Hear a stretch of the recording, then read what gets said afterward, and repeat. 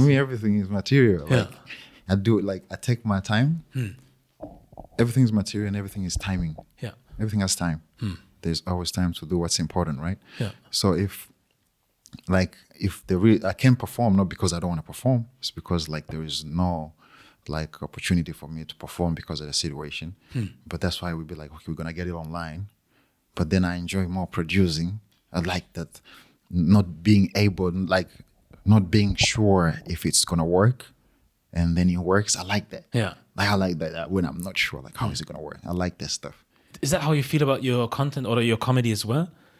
Yeah, because this is the thing, yeah.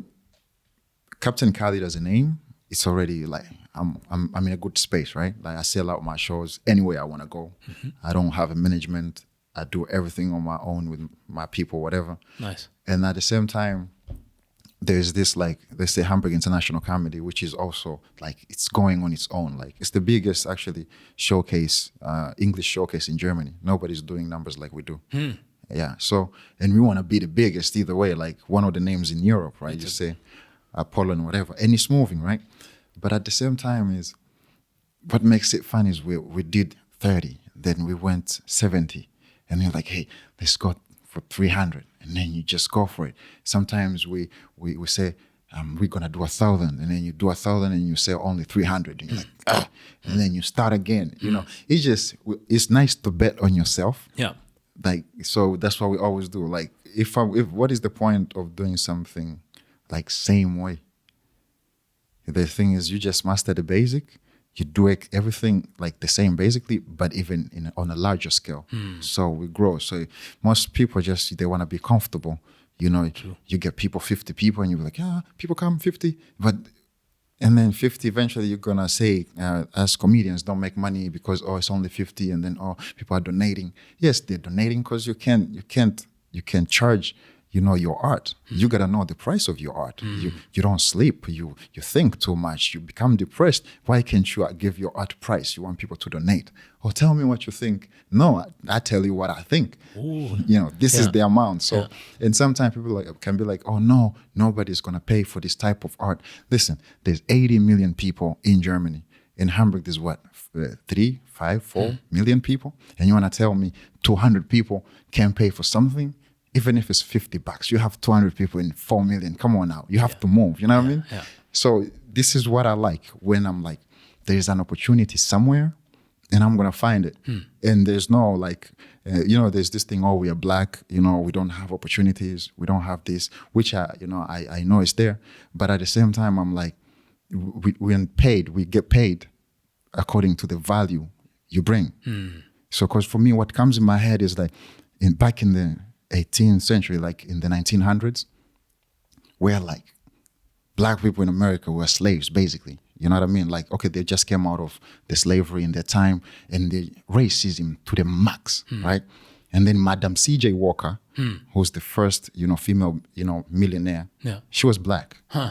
And this is the time where Rockefeller was, the richest man. Yeah. And C.J. Walker. And what was she selling? Hair products. To who? To have, people. Yeah. And then she started saloons, just seeing that opportunity. And then eventually she was the neighbor of John D. Rockefeller. And this is a time when there's racism, where people can't sit behind the back of black people sit at the back of the car. But how did she see that opportunity? It is strange that I keep hearing that a lot, that African Americans, some of them, or they as a group did better in those times where it was harder. Like you had a lot more racism, a lot more segregation and stuff. But hey, you had something called Black Wall Street. Yeah, exactly, right. That's crazy, huh? So it's just like sometimes, you just have to see. Because sometimes, you deserve to be in a place and definitely they're going to push me down. So it means you got to put, if you have to be twice as good, then that's what it takes. Yeah. There's no such thing as luck. Oh man, that person is lucky. He's the only black mayor. No, man, lucky is when preparation meets opportunity. She's there because she's been working her ass out, knowing the law, pushing, and then the opportunity came through. We're looking for a person who has qualification. Oh, this one. Oh, person's lucky. People say a person goes viral. He just did his one song. No, A person been singing his ass for all these years. You just saw him now. That's why he's good. That's why he's going viral. It's just preparation has met the opportunity. And when sometimes you go to something and it don't work, sometimes they'll block you. You have to have like this, the mindset, like a broad mindset, you know, like there's everything for everybody, no matter how much they're going to tight. If they block you on this opportunity, that's not for you. Yeah. If you believe in God, that was not written for you. And it's good that as a block is broken because the better is on the other side. So keep moving. If you give up, you won't get it. You get me? Sure. So Makes sense. the more you find your niche and the more you can actually be different, because now you don't have to do everything everybody's doing, the more you can do something different and now bring value to the marketplace. That's what people pay for. Can you make 10 euros an hour while can you make 1 million an hour when another person is making 10 euros? Yes. But what's the difference between the two? One either is doing more, you know, than what others are doing, or he knows more than what everybody's knowing. So what do you want to do? Know more or do both? That's the value. So I think once we think past that, you know, eventually that's how we're going to help ourselves as Black people. You know, like there is an opportunity somewhere. And we're like the artist of the world. So we can always like do something. And instead of just complaining, take that as a challenge. Yeah. You know what I mean? It's not a fair space out here. True. But to what you just said about opportunities and how we can get further further as Black people, I'm on the same page with you, because it's like, there's history, there's like systems or system in place that makes it more difficult for us, which is the truth. But on the other side, it's just what you said. It's like, I think there's always going to be something that's going to stop you from getting where you want to go. Like whether it's you're a Black person or if you're a woman or if you're gay or whatever, there's always going to be an obstacle. So at some point you have to get past that. It's just because I'm this or that, because it's not going to help you. And in regards to like the entertainment industry, especially in Germany, because there's like a whole conversation going on about opportunities in music where rappers or Black musicians, I wouldn't say they just complain, but they want to raise awareness to the fact that, hey, we are Black people making music and our music is as good as anyone's, and we are the only ones who are not going to like benefit from it, which is strange because it's kind of our art form. And everyone is participating in that art form, which is fine. But how come that we are the only ones that are not benefiting from all of it? And you said something very interesting about putting a value onto your art, because I believe personally that we kind of sell ourselves short. Where it's like, say for example, if you go to a Steuerberater, what is it called in English? Like tax office. Tax officer. It's like, you know, when you go to that tax office that you have to pay a fee. It's non-negotiable. You have to pay. So you would never go to someone like a tax officer and expect him to do something for free. But with us, it seems sometimes like we're willing to do stuff for free that we shouldn't. Or it's like, rather than saying, hey, what I just did for you, how about you give me some money for that? The price is, say, 20 euros. We are like, that's fine. Next time, maybe. And it's like... then it blows up. So like, sometimes like we have to like stand our ground and not be like, okay, you gave me at least something, so I'm happy with what you just gave me, and let's go from there. Sometimes we have to say even like, no, that's the price. Like, even if like, you like go to a car dealership, try to go to Mercedes and be like, okay, the car is 60,000. I just have 5. You can't. You see? So, and I think that's how we have to be with our art and what we do, or not just art, like everything that we bring to the table, whether it's like a product, art, or service. We have to be like, hey, there's like a reason why I'm able to do what I'm doing. You can call it luck, but I had to do research, or maybe I had to go through something myself. Like maybe I was overweight and I had to like go through certain things to get to the body that I have right now. And now I'm selling that program. And that program is going to cost you money. I'm not doing it for free. And then some people are going to be like, you said, oh, that's so expensive. I don't think anyone is going to pay. Then you're not a buyer. Exactly. So then you have to be like, okay, then don't take it. Fine. Find someone else who's going to do it for free. And I'm sure you won't find that person. So I think that's the kind of attitude that we have to have in regards to what we bring to the table to get further. Yeah, and the thing is, speaking of the table, actually, you can never be afraid to eat alone if you know what you can bring on the table. It's very important. And we have to know you can't beat the system. Like, the system, you can't beat it. You're not going to beat the system because this system has been engineered for you. You cannot beat the system, but you can learn the system and find loopholes and work with it. You know what I mean? Like, for example, we might be like, I have my art, you know, like I have my music. For example, I'm doing music, right, on the low, right? So they say for me, music to blow up, maybe I need to get signed or something, right? But then signing, and then that's when, you know, I can get good production, then whatever, they'll push the label, will push me. But then what is the label having that I don't have? Yeah. You know, they have microphone, studio, everything. Do I have a friend who have a studio? Okay, can I record the same quality? Great, and I have them. Now, once I get the songs, where do they want to put them? On Spotify or anything? I can put on Spotify or anything.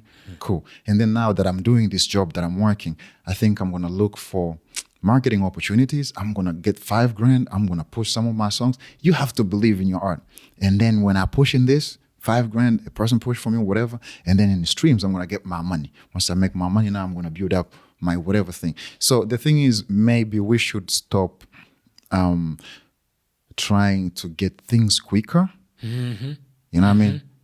You know, like we shouldn't, you know, you have, everything is a process. Yes. And it has to be hard. Being a millionaire, it's very, very, very, very, very, very easy. Being one? Yeah. Being a big musician, very easy. Being a comedian, very easy. Not simple. Very easy. Not simple. Explain that. So it's like, for example, how do I make $1 million? Right? I just need to make like what? $25,000 a month? No, $75,000 a month. Even 25 times 12 is already $1 million, I think. That's 25. Yeah. Actually, 15,000 euros times 12, that's $1 million already. You know what I mean? So how much do I need to sell to make 15 grand a month? And then you'll be like, maybe I need to sell, maybe that's 15 times, divided by 30, that's 5K at least a week or something. And you'll be like, okay, 5K. What do I have to do to get 5K? Okay, I need to go this place, this place, this place. Okay, so you start going this place, they'll be like, no. And then you refuse, no. And you'll be like, man, maybe I over like planned. Maybe I should lower down. But then at the point is, then you ask yourself, where else do I have to go? Yeah. I've gone to 10 houses. Can I go to 20 more? Can I go to 30 more? You go to you do more because you know more. So you keep on going. And then it might take you, this year you might never make $1 million if you wanted to. But the more you keep trying, you're going to learn things. You're going to be like, okay, now people here in this place, they don't like talking to us. But how can I talk to him? Because everything has a price. You just have to know it. What can I put there? If it's this, what? How? Like it's chess basically. And then you keep doing the same thing. Because if you have a dream, like for example, I want to have the biggest podcast. You're gonna think podcast. You're gonna eat podcast. Like you're eating. You're there. This idea of podcast. Anything you see is just an idea of that thing. Yeah. And then I can do this. And then now you do this. You do a mistake. You'll be like, okay, this mistake solved. Anything that comes ahead, you learn. And then 5 years along the line, you've been doing the same thing, but now it's so complex with results. But when people ask you, you're like, no, it's easy. You just have to. The person will say, yeah, it sounds easy the way you say it. So we have to the more painful it is and hard to get something, the better the reward. Yeah. Great, like when you find this great, pilots, the greatest pilots are those that, survive some of the craziest winds and stuff. You'll be like, yeah, this guy, you have to be able to survive because it's survival for the fittest at the end of the day. So like, if you're going to be smashed by one wave and be like, goo, it's never going to work, because at one point, one race was minority, one race was majority. There's a time where like it was like when you were like from the Turkish Empire, it was like the thing. There's a time where like before that it was like Genghis Khan. There was a thing, like it didn't matter if you're American or anything. Yeah. That time, if you're not from the Genghis, whatever, these were the guys. You know what I mean? And there was the minority too. You know what I mean? So you have to find a way to actually beat the odds. And like complaining is good. But at the end of the day, before you complain, whatever that happens, just take it as a lesson. You know, if you're in paradise, you'll get anything you want. But here, there's a lot of energies. Everybody have different energies. Yeah. People just came home from home. They have a bad day. You know, some people, they've just watched this stupid news. Everybody's having their own thinking. And you'll be like, hey, excuse me. So the person will be like, man, I don't want to talk to you. You're like, why are you? You know what I mean? So not being offended. Yeah. Like if a person hits you with anything, don't be offended. Concentrate on your, you know, sometimes it's going to break you, man. Like I make it sound like it's cool, whatever I'm doing. No, but I get what he's saying, because you have to stay on course, like with your goal. And I mean, it's like, if you're being like super polite and you're trying to talk to someone and that person's like, piss off, it's like, you just piss it doesn't off. feel right, but or it doesn't feel nice, but at the end of the day, you still have to keep that goal in mind. You can't just give up and be like, okay, he said no, so I'm going to give up. That doesn't make any sense. You have to be able to be like, okay, it just happened, but still, the course is still the same. I'm still trying to get where I need to go. But this comes from also ourselves, you know. You can't just walk in the mayor's office and be like, I built Hamburg International Comedy. We showcase comedians from international, you know, from all over the place here in Hamburg. Like, oh, so what do you want? Need fire? You know, you can't just walk in. You know what I mean? There's things that you have to work on yourself. Like, there's this thing they call like mental health. This is a huge thing now. People say mental health. You don't believe in it? I mean, it's there. Yeah. But, you know, when you come to Europe, there's a lot of things. As an African, you have to learn to understand. Like, for example, for me, if you tell me a person is depressed, back in the day, it was a thing I laugh at. Because we're like, depression, how? Like, how do you get... Because I'm from Tanzania, like I'm not a rich family, middle class, whatever, but we never saw such a thing. Like no matter how bad the situation is, people make fun of you. Like, and you know, like you never get depressed. And then I came here in my first winter without talking to anybody. And I'm like, Mom, I'm depressed. And she was dying. She was like, Mom, you became white, my son. Nice. You know what I mean? So mental health is like, it's a thing now. It's like people have insecurities out there. And, you know, most people are posting lies. Lies, because everybody online is trying to show this is the best side of me. This is the best side of me. And living my best life. Yeah, you know what I mean? And then people actually, they have like stress out there. You know what I mean? And you see, you'll be like, oh man, this person is, you know, you don't know what's going on. That's why on my Instagram, I don't post much. Like I have to post because, of course, money. But I always don't post much because people have this like, oh, Khalid always have like positive energy. He's very happy, which I am most of the times, but it's not like how it is. Sometimes, man, I got my stuff going on. I'm not funny all the time. I can't just coming out there, hey, what's up? And that's why I don't post content. I can be funny every day and post them, but I can't do it. Like I feel like today I'm gonna wake up, I don't feel like talking to anyone, and I'm gonna stay in bed. I won't do any content, whatever. That, like just being true to what you feel, developing yourself, killing your insecurities. Just understand, because sometimes me, if a person call me a nigger, for example, I don't get offended. You know, Yeah, I get what you're saying. Yeah, because you call me N-word, right? I'm like, first of all, I'm not from America. I'm from Africa. I am not. So, and I'm like, man, I don't know where you get your information from. But if it makes you feel good, it's coming from your hate, your insecurity, your whatever. You have this picture you have, you know, because the reality is perception. So when you say black person, you have your own perception, and that's what you got. Good for you, fam. But I'm not one of those, you know. And sometimes you have to understand, like I'm walking on the street and you see this street person is like, sure, and he's saying this unrespectful stuff, you know, calling you N-word, and then you feel like you should kick him. Why should I? If I would be in Tanzania and I'm sleeping on the street, right, and I see like a European dude walking looking good, I will call him names, because I'm like, how can you be my country looking good and I'm sleeping on the street? I don't know even, you know what I mean? Like you have to, but before you understand this, you have to actually know yourself. If you know, these days, this stupid thing when people be like, oh, people have to accept me. No, we're not going to accept you. We, as a society, we said, no, we're not going to accept you. We're not going to understand you. Don't force us. You know what I mean? But accept yourself. People say, nobody's saying. People think nobody's talking about you. Everything is just you thinking. And then now your thoughts pattern, and then you think. and then you start attracting those thoughts into life. You know what I mean? There's a lot of people that I know, they are fat. You know what I mean? But they're the most confident, comfortable. You don't even see it. Yeah. Because you realize this is just a housing. So, you know, it's just an housing. If you take me out of this, it's a different person. Yeah. We're just given different bodies. These are our tests. Yeah. This is our, if for me, I'll be bigger, then I gotta face some other tests. That's the point. If I'll be smaller, I have other tests. Yeah. You are the way you are so that you can face and survive in life. That's why you have different sizes. So just people try to accept me. No. We're not going to accept you. What you got to do, understand what is your value in the society. What is your goal in life? Some people are builders. Some people are helpers. If you're a builder, then go build something. Yeah. If you're a helper, then help people. People come, no, you're just good. Just as long as you keep yourself in a confident way. Yeah. You understand you're just comfortable with yourself. Everybody's going to be comfortable with you because vibes speak louder than words. And then people are going to be accepted. Yeah. But don't force it. You don't bring your insecurities to people. No. You know what I mean? People have stupid mindset out there. There's people that have misogynistic mindset. There's people that can't wait to disrespect somebody.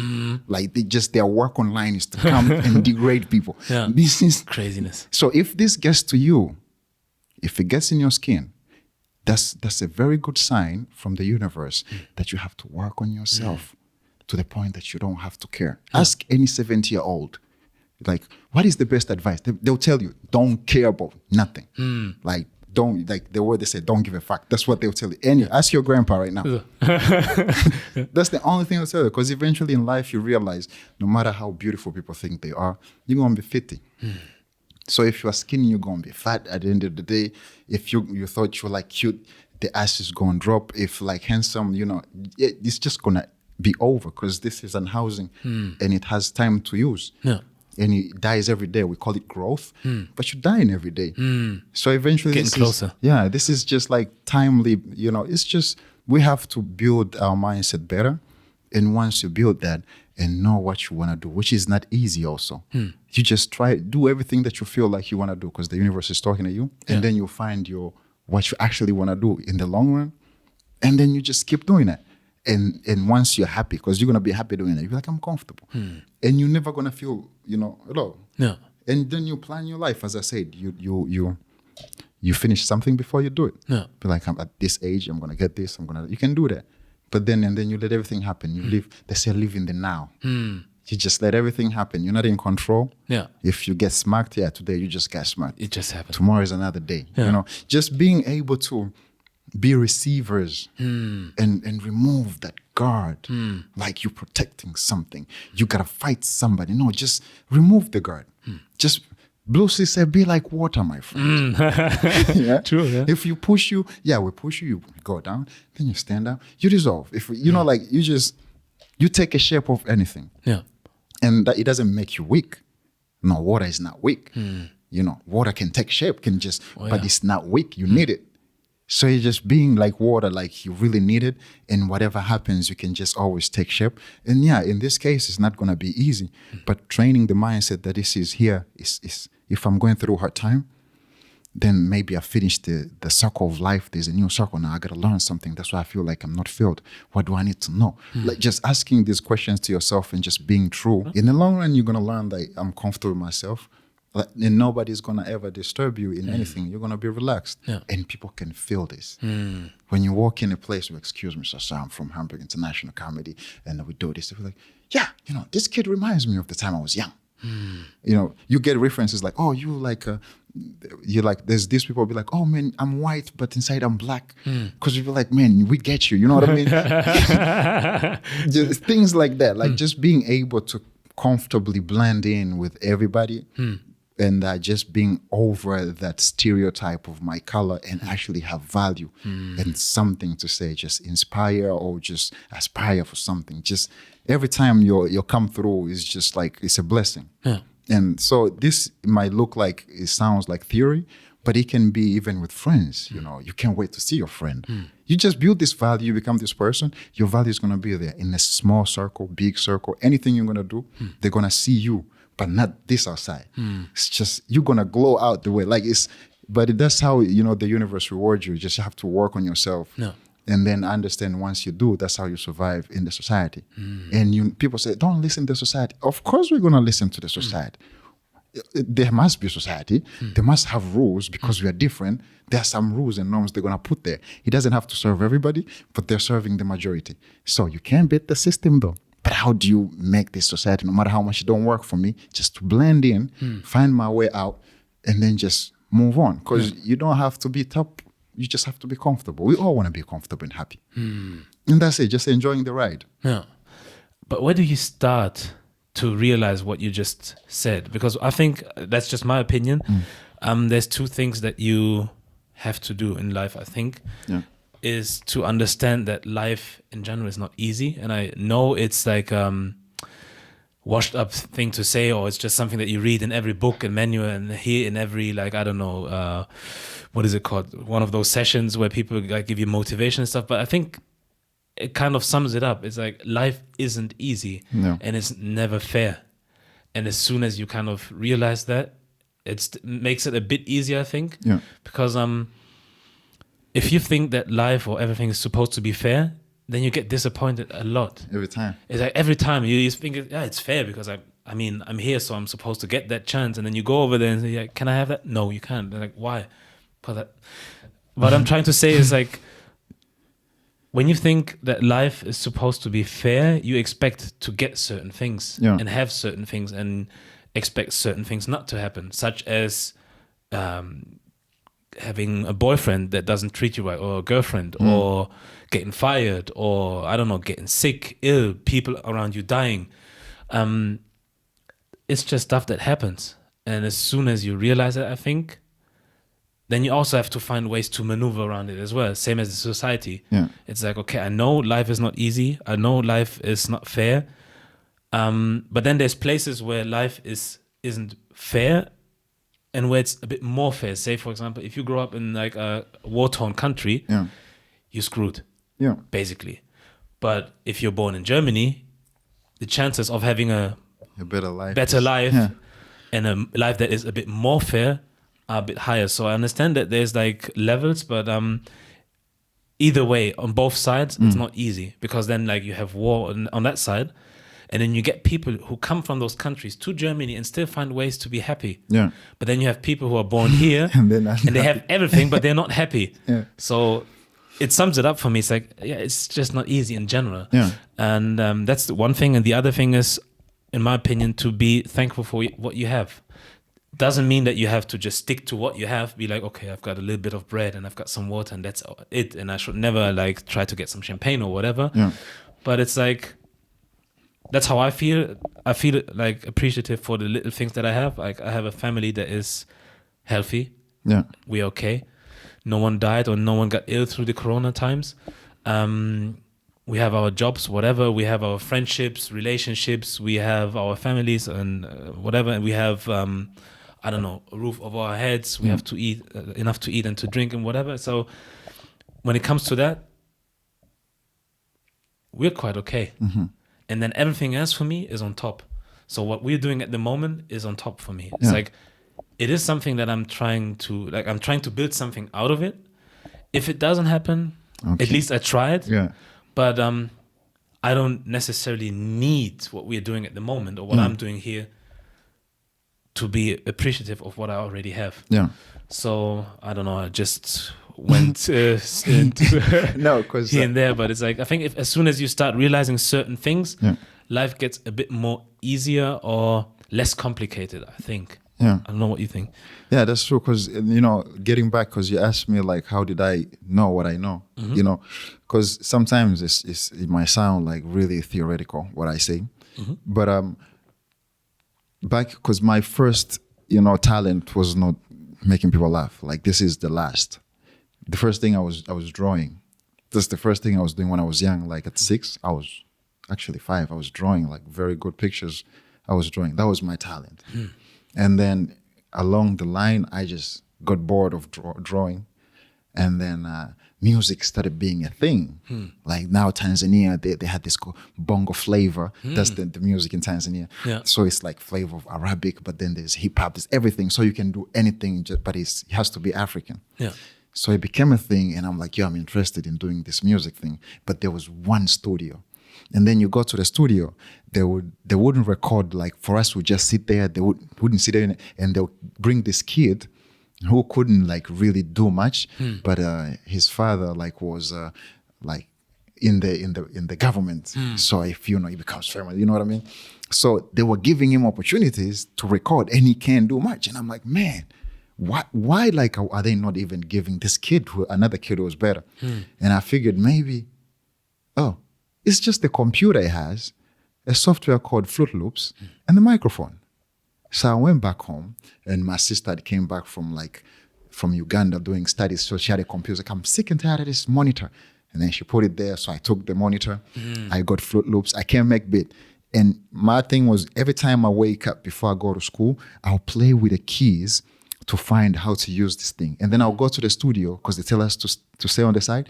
I'll stay on the side and see how he's using the Fruit Loops and everything.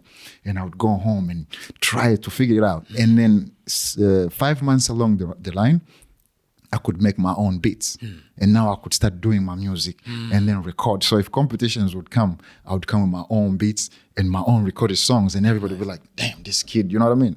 So I was like, okay, if I could figure this out, I mean, it wasn't fair. I mean, I thought I could do better than other people, but they gave this person because of the status. But I figured this out and people actually appreciate it. And then I'm like, I'm just going to do music. So I kept on doing music and people were like, you should get signed in a label. And I'm like, I'm just doing school. So I would just record songs, like 14 songs, print on the CDs, and then I would be selling in school. Because mama would send me like, per month, 25 euros, that's 50,000 in Tanzania back in the day. But 50,000 because my sister would be like, if you give him more money, he's just going to be blowing up money. Just give him enough, just enough. And they'll send me that. And that means I have to spend like 10, like that's about, because this is 25 euros, so divide that times 4. You know, that's how I got to spend my money. And I'm like, I can't do this. This is not right. So I would record and CDs and sell them like each CD for 2 euros. And they'll sell out like 500 CDs. Just people just buy it because it's me and I'm in school and they've seen me rap and they just buy it. And then after that, I just stopped doing that. And I figured maybe I should do, because music was making me really arrogant because I'm like, I can produce myself, I can do it. So I said, I don't want to do this. I stopped it and my cousin was like, yo man, you're really funny. You should try to do it. And then I'm in Malaysia at the time, right? And in Malaysia, at the time, that was 2011. Yeah. The only black people that have been to Malaysia are the Nigerians at the time. And at the time, there was this crazy thing like Nigerian scam, online scam. Not even Nigerians doing it. Like the other people doing it, but since like it was Nigerian, so it's everybody. That's like the Nigerian. most famous one. So they were like Nigerian scam. So every black person in Malaysia, I don't care where you're from, they were calling you Nigerian. You know what I mean? So I'm studying there and I tell my mama like, let's pay school fees and I have my rental paid, I'll figure out how to make, money. So at the time I never worked anywhere. So I called these restaurants to get part-time jobs, So if I would call, they'll be like, yeah, why not? Because I sound different when I talk. And when I pull up and they see me, they're like, no job. So I could never get a job. Like I would get interviews and I pull up, they're saying no job. So at the same time, like they don't even give me an opportunity. They're like, Nigeria? No. And I'm like, no, I'm from Tanzania. And they're like, same. Nigeria, no. Yeah. And then so this is happening. My cousin's like, yo man, you're actually funny dude. You can do comedy and stuff. But where are we gonna do comedy? Malaysia, they're like one show at a time. Like it's still like beginning. So I figured, what do we do? So there was an event in university. I get this outfit just to get the attention. I get this outfit and then I get into the event. It was an IT event. What outfit? I was having like tuxedo, like I was going to do magic. So I go there and they tell me to go on stage because they wanted entertainment. And I went there and I did like 15 minutes and people were like dying. So like, are you a professional? And I'm like, no, that's my first day. Nice. So they were like Miss University. And then they gave me 4 minutes to perform. So I performed there. And this one guy comes to me, he's like, yo, man, you're so funny. We're going to make you famous. So he invites me to one of the shows in the city. So I go to the show. I've been seeing these guys performing, like the scene and stuff. So I get there and I perform with them. I go in my outfit. And everybody's like, who's this kid, man? I pull up. And when I figured we're doing open mics. Yeah. And met all these Malaysian comedians. And so as I was saying, there's levels. You're an open micer, so they bring you, they don't pay you nothing. And then you get a feature spot where you pay like a certain amount, very little to perform. And then when you become headliner, that's when you start getting paid like fairly amount, like 150, whatever, for at a time. So I was doing this open mic thing for like 3-4 months. And I realized like people like, because I would have my costume and people like would really get attention. I would get a lot of laughs. And I'm like, is it the costume or am I actually funny? Because I'm not getting paid. In most cases, I'm the one killing every time. But I was like, maybe it's the costume, outfit, my army stuff. And everybody kept on saying, oh, there's costumes. So I was like, yeah, maybe I shouldn't do it. But then I realized we had one gig with the United Nations, like for wildlife. And then, so this guy took all of us, and then he put me close to headlining. But we were not making money though. It was, a donation event because we're doing for wildlife. Wildlife as if I care, man. Yeah, save the panda bear. Anyway, so we were doing that, and I had to do it for exposure. But then I realized the audience was all a bunch of like rich people, and they spend good money. And I'm like, we entertain these people, and they pay like 80 grand like to just donate. Man, I'm doing something wrong. So I went back and I realized if I go in the city, there's no way I'm going to compete. So I'm like, I'm in university. In college, there's an audience here. People want to perform in colleges. And our college was not allowing like events because people did parties and went nuts. So like no events. So I went there and I tried to tell them like, hey man, I want to create an event. You know what I mean? Called the Comedy Cage, where, I can bring in like famous comedians from Malaysia here. Yeah. And they're like, no, we're not going to do it. And I'm like, man, first of all, the university says, like, you can help us get jobs when we're applying to get to school. Nobody's helped me. I tried to get a job in international office. Y'all didn't give me. And now, I'm trying to do something here in university. I'm not making everybody going crazy. I'm bringing famous people. This is for the university. And you're saying you can't do it? And then they're like, no. So I went to the dean. There was like this guy who was a dean. And he was like, yeah, sounds cool. Tomorrow. I'm like, tomorrow? No, I need like at least, 14, 15 days to market. He was like, no, tomorrow or the day after then. Or we're not doing it. So I had to go there and just contact everybody and be like, hey, who want to perform? And most comedians were cool to perform for free because it's university and it's the first show. And then we charge like 5 ringgit, like let's say 5 euros. And then we had tickets sold out in like 2 hours. Sold out. How many did you sell? We sold about 300 tickets. Nice. And I'm like, okay. So I was like, I'm going to always do my show. Like every semester, I do one show with different of these comedians. So as I'm doing that and these comedians see me do my thing, they're like, hey man, we can get him in the feature gigs. So they started inviting me in feature gigs. And then as I'm doing feature gigs, one guy, I don't know, they saw me and they're like, man, you should come tomorrow. We're working on something. And eventually became a movie, which is called The Men Who Serve the World. It's like award-winning movie in Malaysia. Okay. They just put me in the movie. I was playing supporting main, and I don't even know because I never read the script. Okay. They gave me the script. I'm like, yeah, how much you paying? And when I saw the money, I'm like, I'm doing this. So at the university international office, we're like, no, we can't do that because you're going to be away for a month and a half filming. This is not good for the academic, whatever calendar for a student. You can't do that. Yeah, it's not allowed. Plus, you're here as a student. You're not supposed to be working this type of jobs. Your visa doesn't allow that. Then I went to the dean and I'm like, sir, movie. And he's like, let me see the cast. So apparently the cast was one of the biggest casts. And he saw the cast. He's like, boy, you're doing a movie. That's what the dean said? Yeah. Nice. So I left, I did the movie. And then eventually I did the movie. And then now my name started growing. I started doing big shows in Malaysia. Now I'm going to Singapore. And now when my name grew, the dean died. It's like this guy, his last job was to set up my career and make sure I take off. That's crazy. And then he died. So when he died, that time I just finished university. Now in my head, I'm like, I know if I'm going to go back home, what I'm going to do, I'm going to start comedy. I'm going to produce a comedy show. So I go to Tanzania, and that's when I built the Funny Fellas. So it's Tanzania. There was no, like, comedy was there, but it wasn't really that a thing.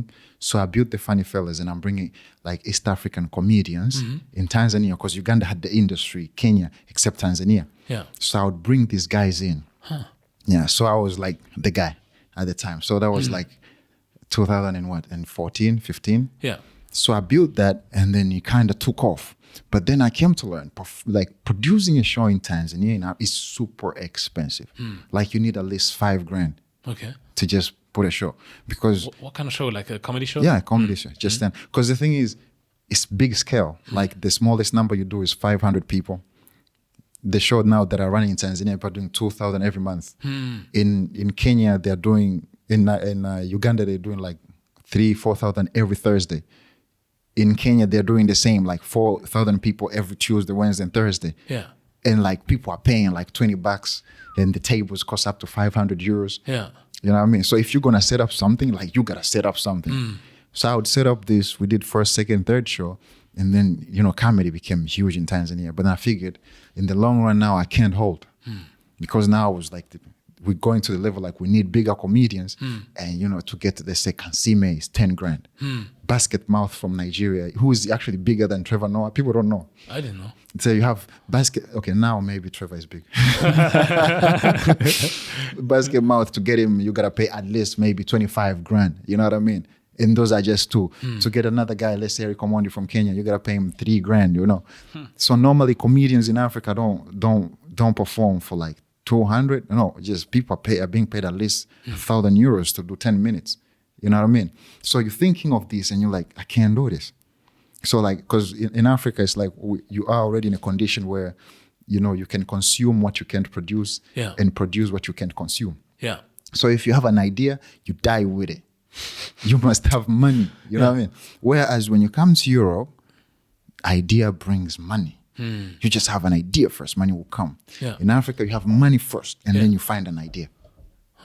So I figured if I keep dropping $5,000, whatever, and this is like, I just came from uni, I'm just taking this money for like mama, you know, I'm like, Mom, she's like, I can get you to work in any place. I have friends. What you want to do? I'm like, this comedy thing, you know. Mom's like, it's never going to work. We are funny already. It's never going to work. And I'm like, it can. So I try, but then eventually I figured I'm making money, but it was not money. Like, you do the show, because I have this mindset where, like, when I'm doing, because I take this as a business. For me, it's a business, right? It's like customers come first. Yeah. If customers are happy, they'll come back. And then after customers, it comes my workers, which is the comedians. If I pay them well, then they'll give what customers want. Yeah. And then if these two are working and customers are happy, then I can make money and my shareholders. So I would invest more in paying comedians great and producing a very good show. And sometimes you break even, where like whatever you got is what you made, and then just give back money like, hey, mama, thank you. Did you make any money? No. You just broke even? Yeah. Okay, I give you again. I'd be like, but I want more now, like 3 times. Why? Because I did 500. I want to do 1,000 people now. Can you do that? That's why I want to do it, because we can. Like, pushing. So I figured it's not going to work. So moving again here, like, okay, now I'm moving to Germany, you know, after figuring out, like, I'm in Hong Kong, seeing the news, like the minimum wage is €8 and I'm like 15 people can pay. And then you come here, you realize in the system, there's no such a thing as a freelance artist comedian. No such a thing. It's never been there. Okay. But at the same time, I'm a freelance artist, right? Yeah. Because what is the difference between this guy and a choreographer? Yeah. The choreographer has to say, I have a space and this is the amount of people who can come. And this is how I'm going to make money. And then you got it. So I had to do the same. I have a space. And then this is how much I'm going to spend maybe in marketing. I'm expecting this amount of people. Yeah. After expenses, this is what I'm going to make. So once you show these numbers, then they commit you to it. So either you show the same numbers or better numbers. So you move from being an artist to actually a business person, a creator, you know what I mean? And you need the right mindset for it, because once you come into business is a cold world, you know what I mean? Like cold, like super cold. A person is just person is as loyal to you as much as they can feed their stomach. Yeah. You know what I mean? So when you are in these situations, we come here in Hamburg. I'm studying Hamburg International Comedy. There's a friend who was actually doing some shows here who was German, and I was like trying to support and everything. And when I built mine, and I'm like, bro, I need to share my events. What do I do? He didn't share my events, but he told me exactly where he shares. So I had to scramble to get all this, to get it done, you know. But at the same time, it doesn't work. You know, you had this cash that you had in pocket. Yeah. And then I got the rental for my place like for a year. And then now I got to figure out where do I get actually enough money to invest in the show. Yeah. And then I couldn't do nothing because my visa, if you're a freelance artist, a comedian, you just do comedy. There's no like, oh man, now I feel like I'm broke. Let me just go and apply for a job. It's not allowed. You're not allowed to do part-time job in the bar. You're supposed to work in what you said you work in here. Yeah. So you have two only options, to pick battles or sow weed. But what do you mean when you say pick battles? You know, fund bottles. This fund, 25 cents.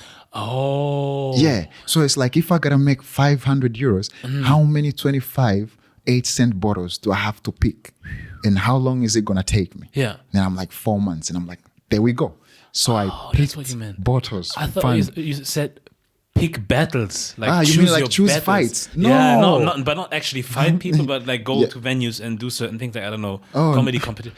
Oh, No. pick bottles. Yeah, now I was picking bottles, my Sheesh. friend. Fun bottles. Yeah. And sometimes, you know, it's summer, people are chilling in like at the park. That's the best part. So I'll be dressed nice and I'll go, excuse me, I don't mean to bother y'all, but if you know, I could take the bottles. And they're like, oh, your English is different. You're smooth about it. You shouldn't be like, you know, picking up bottles. Why can't you just do another job? And I'm like, actually, I'm going to my job, but I have to do this because I can't really do anything else so far. But after a while, I will. People be like, oh, nice. So be like, this is €5 you can take. You're like, no, man, you know, I'm working, can't be taking €5. They're like, no, take it as a tip. I'm like, okay, thank you. So you're like, now I'm ahead. So 4 months just picking bottles in Shanze, in like Shanze Park, Altonia Balcony. Yeah. Just picking bottles, man, like picking bottles. Okay. And then after that, that's when I had enough to invest in marketing, or I thought I did. And then we put the first show, and the guy told me where to share. I shared. We put in some money. I put in like 150 at this time. And then like we had only 2 people. And then so the venue we had, because that's where the shows were working, they were like, man, this is not going to work. You guys have to leave. And they kicked us out. So just imagine, you just picked battles for 4 months to do a show that at the end of the day, you're being kicked out. And I'm like, man, we could do great. Because back in the day, I would perform in German comedy shows, but I'm the only one performing in English. Yeah. And people are laughing. And I'm like, this English would work, man. Just give me time. It's like, no, man, you're killing my business. So we left like, you just have to humble yourself. So at this point, you'll be like, man, I'm done with this. Maybe I should just go home. Yeah. But I was like, no, but this can work because I've performed in German comedy shows and they laugh at my jokes. It's gonna work. So I had like a little left now for, you know, like 300 or some. And then I'm like, okay, we're gonna have to put this in marketing. So we got House 73. Yeah. And then we tried to get a place like, hey guys, can we do our shows here? And they're like, yeah, but you take 30% of the door. It's too much. But I'm like, I was like, you know what? Yeah, because at the time I need. And I'm like, you know what? Yes, you can. But what you got to do is just give me 3 shows first. So we had to figure out how can we put a show that people can come. Yeah. And we say Hamburg International Comedy. No, this came later. We were like English comedy showcase. And then I was like, what if we just say comedy? What do people like here? And then I figured there's pizza shops everywhere. And I'm like, comedy and free pizza. And then that was it. So 30 people came in the first show, and we had like pizza for more than 70 people. German people love free food. Yeah, and then people, the best thing about the show is people had a lot of pizza than, you know, because it's like it was double the amount because it was for 70 people. Now we have 30. Yeah. Everybody ate. So I think they went back and told their friends. And then when they came back, we had 75. And then another show, 150. Another show like 2. And it never went down after that. Nice. And then eventually, House 73 actually telling me all this 30 whatever percent, they understood what I was doing. So sometimes I would have filled show, packed show, everything is all right. But still, like I didn't make much. And they'd be like, yeah, we get it. No, whatever you should pay the venue, no, keep it. or whatever, just pay this. And then, they'll keep supporting me. Like every time I feel like, oh man, I don't know. So I have to get a visa. They're like, what do you need? I'm like, I need a contract with the venue. All right. Okay, draft the contract. Let's see it. So I'll draft the contract. They'll be like, yeah, this is great. I'll sign. And then I'll use like this. Because sometimes you have a venue and the venue can't give you a contract. So they were like helping not only just to keep me around doing the shows, but actually to make sure I'm like legally around and everything. How does it feel when you try to show people something that you're working on and they don't really get it at the beginning, but then at some point like they did, they're like, okay, we now get what you do. How does it feel when you get to that point? No, because it's the bet. Because we both bet. Number one, you have to understand that even me, if I have a business and you're coming to me with your ideas, how do I trust you? And have a business, I could have something, I'd take your money. You know what I mean? Like, that's as simple as it is.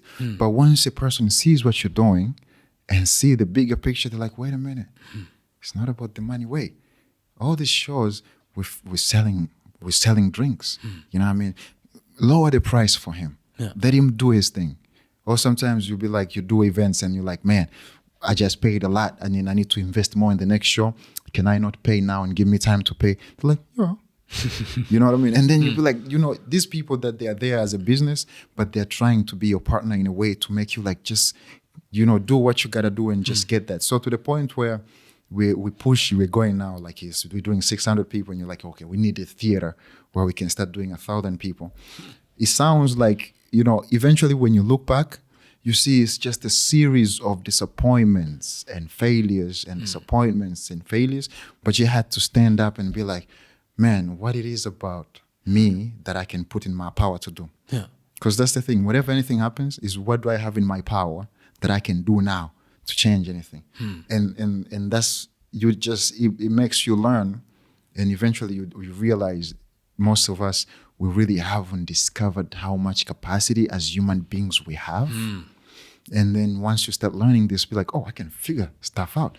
No matter how bad it is, actually, I can. Oh, great. And then eventually you start being humble because you're like, oh, living life is like a game of cracking the code of your brain. Like the purpose of the body is just to carry your brain physically, basically. Like nothing is happening. You just have to, when you maintain here, everything is just smooth. Yeah. And then this is the lesson. So you do everything just to keep your brain in a better position. If you're thinking ideas that are coming, you'll be like, no, not those thoughts. Right away, you snap. And it might sound like it's a game, but it's theory, but it's just like tying your shoes. When you start, it's the hardest thing to do. But eventually you tie without even looking. So out of suggestion, you'll be like, every idea, you'll be like, no, this thought is bad. Now, you keep your brain in check. Yeah. And eventually you're going to be in a place where you're going to be there and you're going to hear people talking or environment and the brain is going to be like, not your space, leave now. And you'll be like, guys, I got to leave. I just can't talk to these people. I can't hang out here. I just don't feel comfortable. Yeah. There's information that is coming out and I can't really process it. But at the same time, then you realize success is knowing what you did not know you didn't know. Like there's something you don't know and you don't know that you don't know. And the only way to know is to listen. So sometimes you just got to be like, brain, we're in control. Let's listen, maybe we might learn something. So eventually after this, you do this for 5 years, 10 years, because you never see this. You're like 20, eventually you're 30, and you're like, oh, that's life. So all the unfair, if they'd be like, we take you back, would you change anything? You're like, no. I would like to be at the same unfair it was. I don't think it's going to be better than that. Like the more unfair it was, actually, it's good for me. So you realize everything has happened because it was supposed to happen in a way to put you where you are today. No matter how bad, no matter how good, it's just to put you there. Yeah. And you built for it. Yeah. Like in Quran, because I'm a Muslim, there's a verse they say, La yukallifullahu nafsan illa wus'aha. Like God doesn't give a soul what it cannot bear. Like when you hear no matter what happens to you, you can bear it. The more harder it is, the more stronger you are. Is like knowing that something that helped you to be as resilient as you are or on top of things? Because that's what I'm hearing. Like you're always on top of things. You don't accept no's or like roadblocks and be like, okay, I'm done. Like you always keep on doing and you find ways. Yeah. Same as you did with the dean. So people tell you on one side, no, it's not happening here because we don't do it here. And then you find your way to the dean. Yeah. Talk. It's like a lot of people just give up like after the first or second hurdle, and you're like, nah, man, I'm gonna go this way, or I'm gonna go this way, or I'm gonna try this way. Where did you learn that from? Is that like the verse that you just mentioned from the Quran? Is that something that also helped you? Yeah. Or like belief in general? There's some, like, you know, the Quran has some of the best verses like that I refer to. There's that one. There's another one that says, with hardship comes ease. And then the second verse after that says, verily, with hardship comes ease. It's the same verse. So with hardships comes ease. Verily, with hardship comes ease.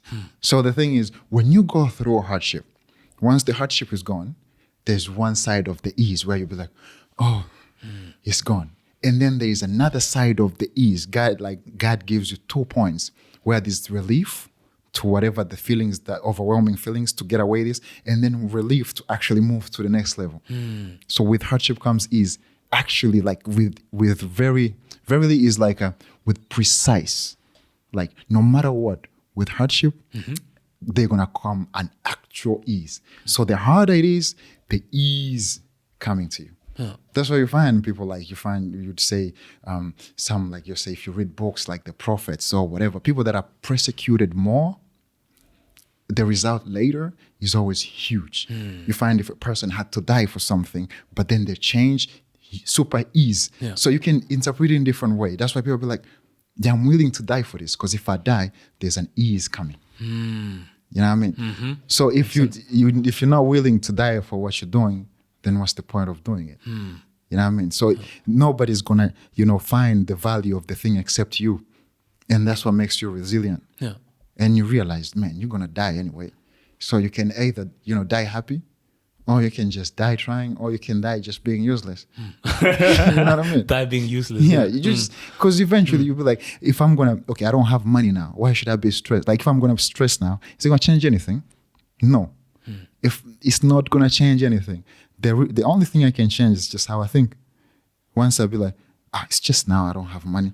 Tomorrow I can get it. But where can I get it? I need to make some calls, do this. You'll be like, so it helps to move when and I can't lie, religion helps for me. That's very good. Religion, because I don't vent to people.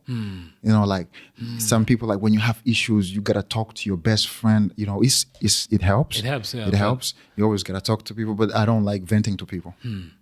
Because once you start saying words, they become something. Once you say, I'm afraid this, you know what? Afraid, everything you fear comes in form of people. If you're afraid somebody's going to cheat on you, guess what?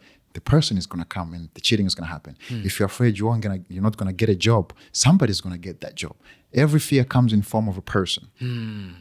So if you vent, you're just putting it out there. You're just broadcasting it. Yeah. And then it's going to happen somehow, somewhere. So what I do is I just pray, and I'll be like, God, you're just the creator of everything. I mean, if you're there, you are the creator of, I believe it's there, of course. You are the creator of everything. Now, I don't know anything.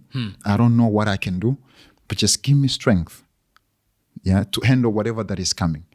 And if this, what I'm doing is because of something I've done before, because sometimes you might have said something to a person, you might have hurt a person, you might have, without even knowing, because there's things, when you hurt people, it comes back. Yeah. You're going to pay for it.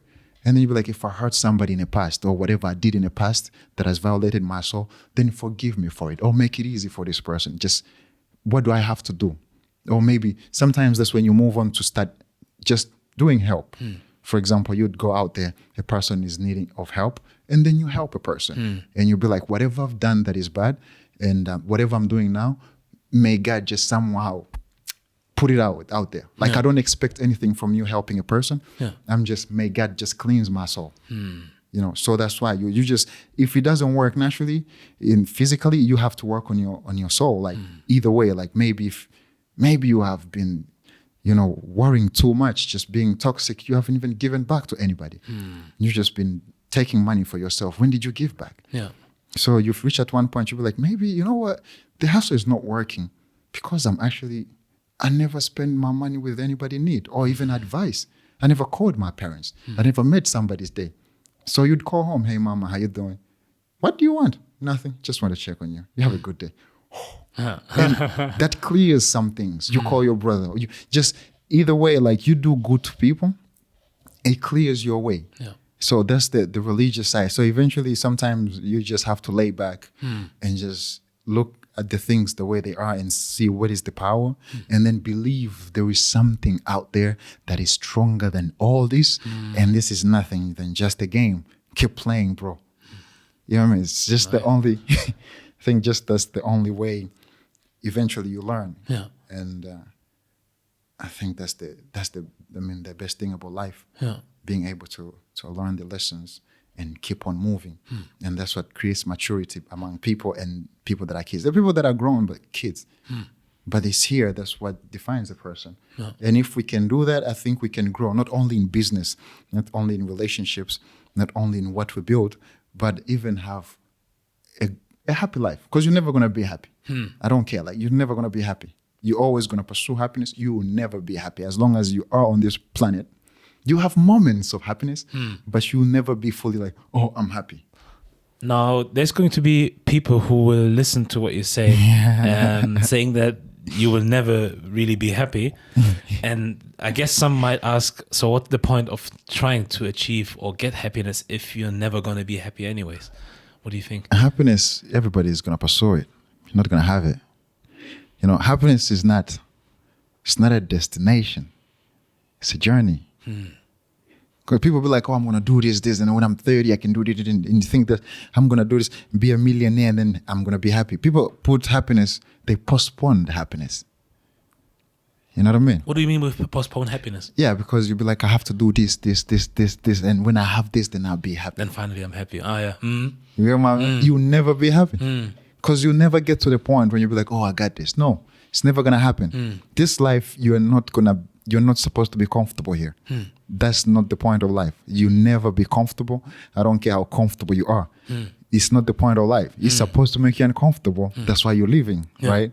So the only way is just being content. It's different. Being content is what we can achieve, what we have to try. Being content that whatever is happening, it's all right. It's supposed to happen. And has nothing, like, it doesn't affect me more, or whatever it is, I'm okay. Yeah. Like, for example, when people speak about poor people in Africa and be like, oh man, you can't be living like this. But, you know, you realize when you grew up, like me, for example, we grew up, we like, in our neighborhood, 2 people had TV. You know, we used to play football without shoes, and you couldn't put me in the shoes. Like, that was a thing, right? We play football without shoes. And it was a thing. Like, you never complain like, oh, we're poor. No, we have food from the farm. Like, we've been eating bananas and cassava and beans. We are full. Like, we're just good. But at the point there, for us, we're like happy. We are content with everything we have. And another person comes, is like, you guys are living under $1. This is not happiness. We're like, no, friend, this is the thing. Yeah. You guys don't know. You know what I mean? So being able to be content and not being, these things are not, and happiness just comes in form of just understanding the way of living. You know, that is not about you. You know, it's not about you. You have to be careful with everybody else. And at the same time, you know, keep yourself in check. Yeah. Yeah, like they say, captain your own ship. You can't captain the waters. You know what I mean? So you keep yourself in check. Make sure you're good, like healthy-wise. The only way you can be content is if your health is good. You work out. Do you have the body you think you have? And what are you doing about it? Do you have the knowledge you think you have? What are you doing about it? If you want something, read about it. That's the only thing. Yeah. You want to be smarter, read about whatever. You want to do business, read about. So the more you fulfill these levels of things you want, it builds confidence, and then you become content. So, and a person you have a bad day. Yeah. But if you're content, it's different. Yeah, true. You know, you'll be like, yeah, I survived, but I'm all right. You know, it's going to be all right. What are you doing? Yeah, I mean, I have an annoyed day, but you want to have a drink. You know what I mean? Like, having that contentment, and that's what people miss. Like, once you have contentment, whatever that is happening in life, it's going to be a journey. You'll never be like, achieved happiness. No, you have those moments where you be like, or you feel like, I want to kill myself. But as much as you have this contentment, you feel like, kill myself. No, man, what if, you know, Drake drops a song? I wouldn't hear his song. Yeah. I'm going to leave up for that. You know, just having these small things to keep you going. Yeah. And that's what I think most of us don't understand. You have to enjoy everything you're doing. Yeah. No matter how hard, no matter how it is, just it's supposed to be there. You know, go through it. Like the more you develop a thick skin, the more content you become. The more content you are, the more calm you are. Yeah. The more calm you are, the more positive you are. The more positive you are, the more you happen to look happy and be happy because you appreciate everything. You know what I mean? Yeah. And that's why they say, man, this guy's always happy. No, he's just contented. He's not really happy. Shit is happening out there. You just don't know. Yeah. And that's the only, you know, maybe psychological. I don't know these words, English, man. But that's, I mean, that's how I think the way you can program, I think, your brain, because you have to do that. Yeah. And eventually have, you know, what you say, healthy life. You know, just performing at the highest level of a human being. Yeah. You know, in Islam, we believe God says, human being is the best of my creation.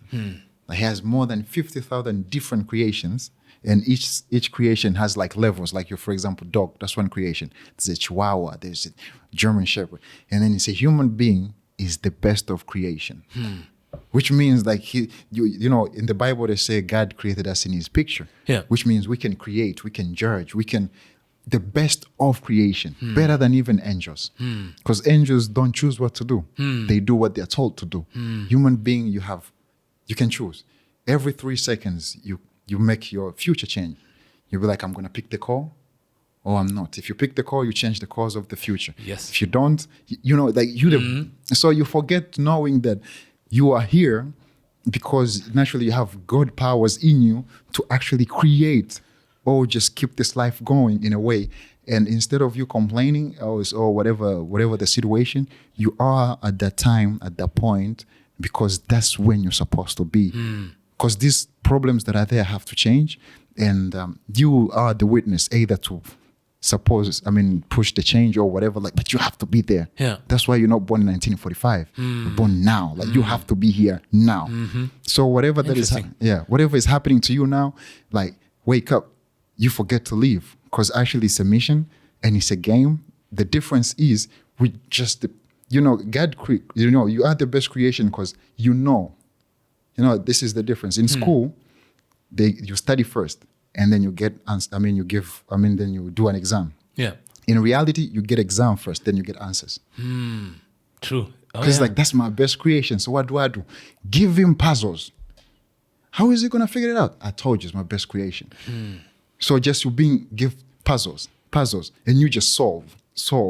The better you know yourself, the better you can actually put yourself to work, the more you can solve. Yeah. So it's just like that, in simple way. Makes sense, but it makes sense. Good. It's an interesting way to look at it. You also said something, if I heard you correctly, like being the captain of your own ship, kind of, or like your own life. Yeah. Is that like connected to the name that you gave yourself, like Captain Khalid? Is there a connection, or is it just because it sounded good? It is. Oh, now it makes more sense. I'm captain of my own ship, but I let the waters do what they have to do. So it might be like, I'm just the captain of this. Yeah. So everything for me, that's why I say everything is a journey, and the journey is in the sea. You never know. It can rain. You can hit the rock. Yeah. You might sink. You might need to swim. You don't know, there's too much going on. You just have to captain your own ship. Yeah. And that's where captain comes from, yes. Nice. I didn't know. And it's also like, I feel it's different to get to that answer where your name comes from. It's different than just asking, how did you come about to have that name? Yeah. And you just say, oh, this and this and that. But talking about all the things that we just talked about and then be like, oh, that's might be the reason why he's calling himself. Now it's a bit more deeper. Yeah. Crazy.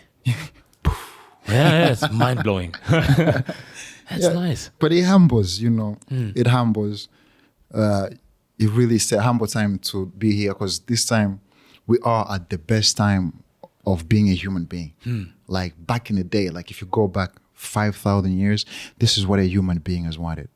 To being able to be, it's cold outside, but you're inside naked and you don't feel cold. Being able to tell a friend hey man, I want to see you, and just they get it. You know what I mean? Being able to exchange goods without actually exchange, because they used to do barter trade, but actually being able barter trade is you have goods, I have goods, we exchange goods. Yeah. But being able to get things, you know what I mean? And keeping what I have. Then the point of me, I don't have to go hunt to get food for the family. You know what I mean? Now we have supermarkets. We ain't gotta kill nobody. You know, people had to get out of it. Now we are at the best of whatever human being has wished for. This is it. Yeah. I can go to Africa and back in one day like this. I can see we are the best, like whatever human being ever wished for, this is it. But guess what? We can read, we can write. Human beings back in the day, this was a crazy period, right? And see what we're reading and see what we're writing. Dumbness. You know what I mean? Like nothing, nobody. If we're reading some things that is not helpful. If you're like trying to like, we know like we're not going anywhere with everything that we have. And now we're just entitled. We think things are supposed to be this way. Not knowing people actually burned. People had to get exploited just to be what we are now. But everybody just don't see that. They think like, oh no, we developed. No, you're not. This is. So if human beings would step back and go back to the nature of being the creators, the determinants of the future, you know, and actually apply yourself, because it's never gonna change. Like the questions we have are the same. If you go 5,000 back, there's people who believed in God. There's people who didn't. There's people who say they were like, people are open-minded. There are people that were not. You know, there was arranged marriage. There was like these things. There were slaves. If you go back, it's the same questions, same racism, same everything. It's just we're in a different time in life with the same questions. You know what I mean? Nothing new. We just dressed now, swag, we have Nikes and everything. But if you go back in time, same questions, because everybody's, how do we become happy?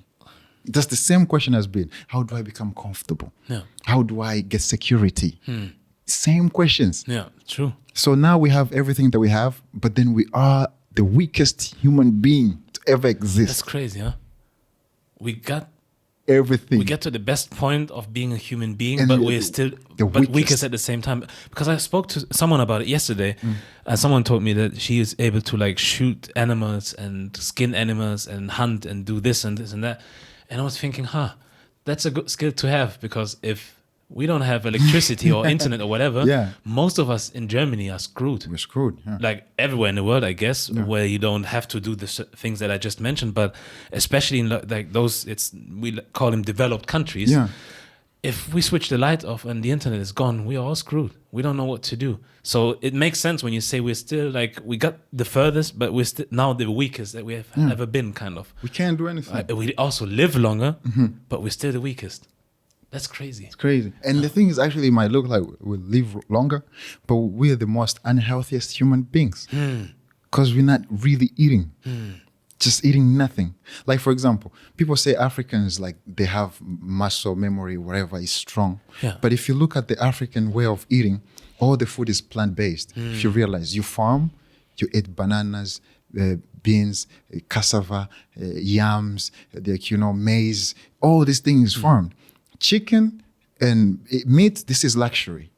You eat it once, when it's Christmas or when the person visits, that's when you visit the chicken or beef or whatever. But everything is just, the more poor you are, the more plant-based you are.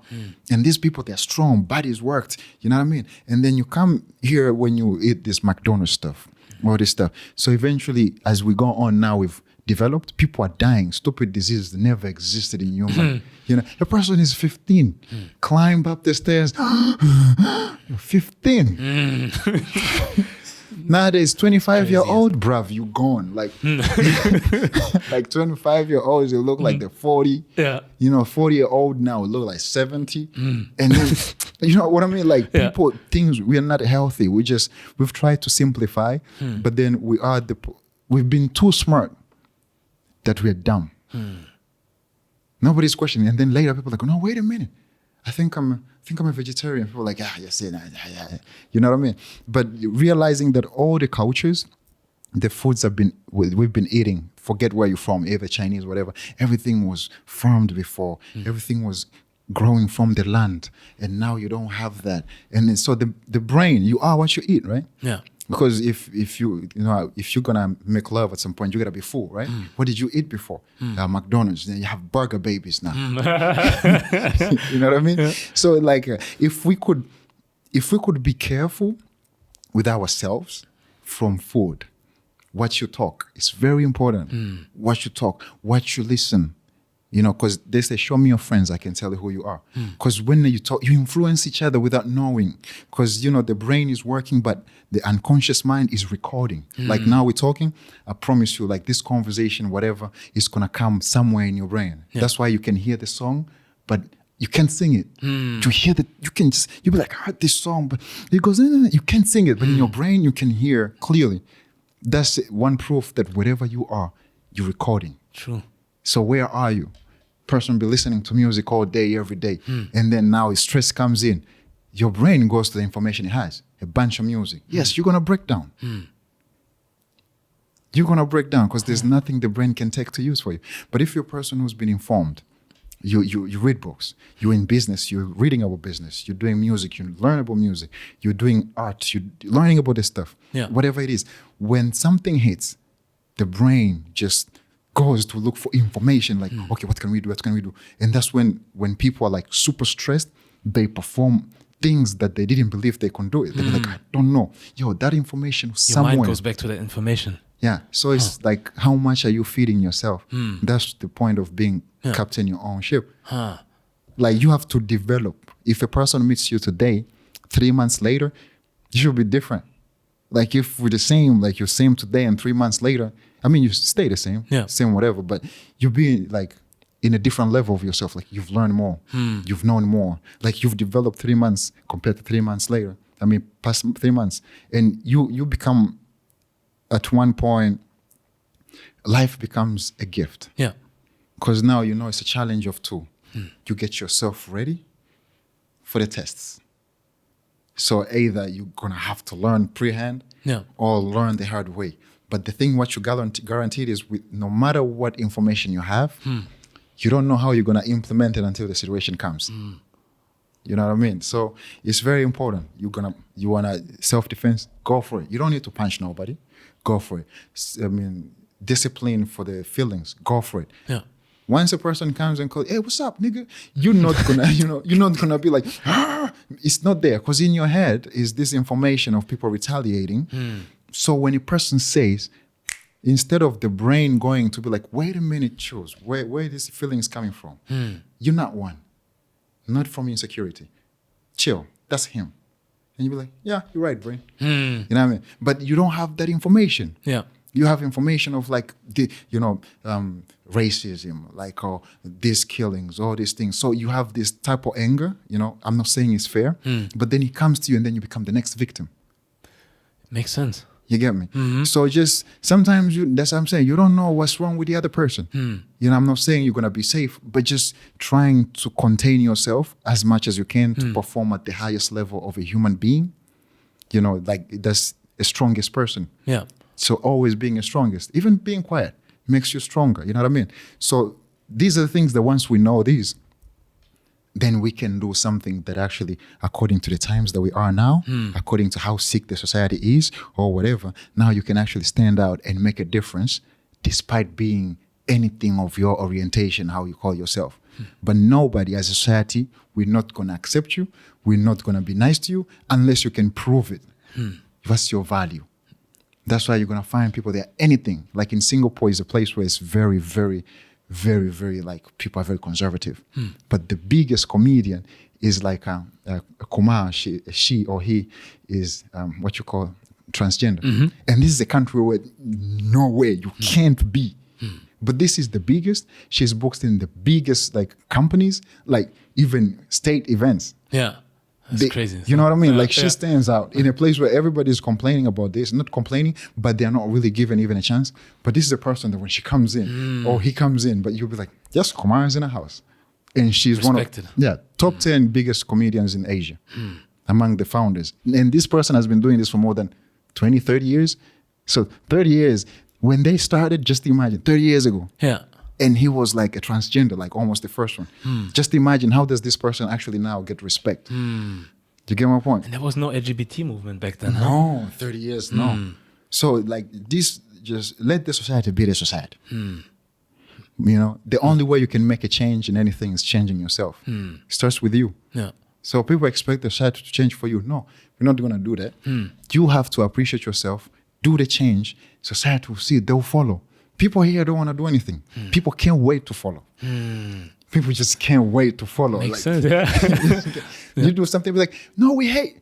Oh, she's cool. And then people cannot wait to follow because people need somebody who knows the way. Yeah. The moment you seem like you know where you're going, people won't mind following. But if you come, you're like, and the person's like, man, I'm confused too. You're confused too, man. Come on. So everybody's going to have this resilient, like everybody's pushing everybody. You have this, me, my. But then actually it's not the value. You're just bringing yourself and nobody cares about you. True. It's just your value. So this is why it's very important. Now we have everything. You know, you have everything. YouTube has books, man. 8 hours. You can listen any book you want for free if it's money. You have anything you want online. If it's mental health, there's this mental, how to handle yourself, whatever, on YouTube. I'm not saying it's easy. Sometimes you gotta find this stuff, you know what I mean? Yeah. And you have to commit. And you can't say, oh, somebody's having mental health, they're just weak. No, sometimes you don't know what people, put them into that. But you have actually to get to the point where you take the past as a lesson, not a luggage. You know what I mean? You'll be like, whatever happened in the past, maybe it's something I gotta learn. Might learn now, maybe sometime in the future.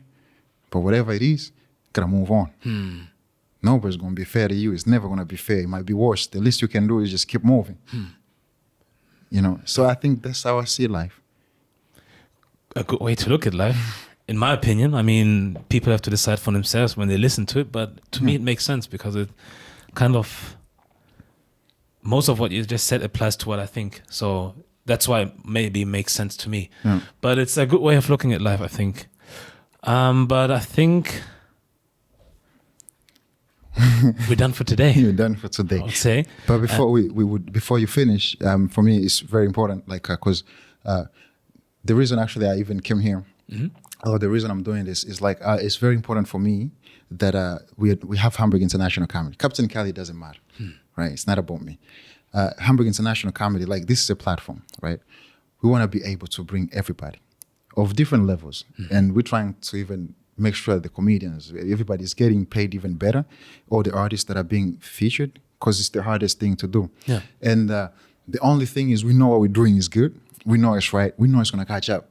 But we just want, we were doing these things on our own, like you just, but it's the time that we're actually trying to get to the society. Yeah. Because this is not for us.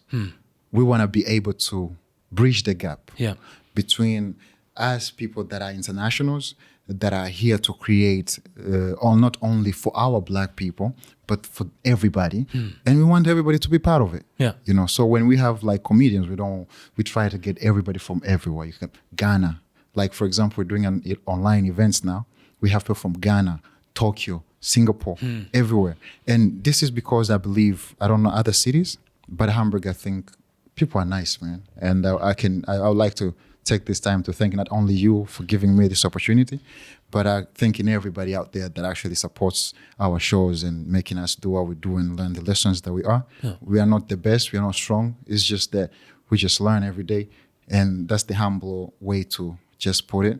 We're not better than anybody. It's just, we're fighting just like anybody else. Yeah. It's just that we're just contented. Yeah. We're not the happiest people, but we take the life lessons. We're not the richest people. We're just trying. And that's all that matters, right? You try. Yeah, true. But if we can help, or if I can help, because you thank me for being here or coming here, and I thank you for sharing your story and your views. So, yeah, you're always welcome. Thank you. Always welcome. That's what the platform is here for. And yeah, thank you very much for coming over. Yes, sir. It was a pleasure. But before I let you go, I need to ask you something that you might be able to tell me in a few words. Made in Germany, what does that mean to you? If it does. Quality. Lifeline. Like, because when you say made in Germany, first thing that comes in your head is Mercedes-Benz. The best engine is made here. Yeah. So it's not only quality, but it's only longevity, like how long it can last, and also reliability, and also efficiency. And also paid well. Nice. Yeah, when you hear you get paid well. So that's, I think, all in one. But all in all, it's just, this efficiency and quality. Yeah. And that's made in Germany. Nice answer. Yeah, like I said, it was my first interview or my first talk in English. So thank you very much for being the one to do it. It was a pleasure. Yeah, it was. And I hope to see you soon. Yes, sir. Captain Khalid. And I'm We out. out.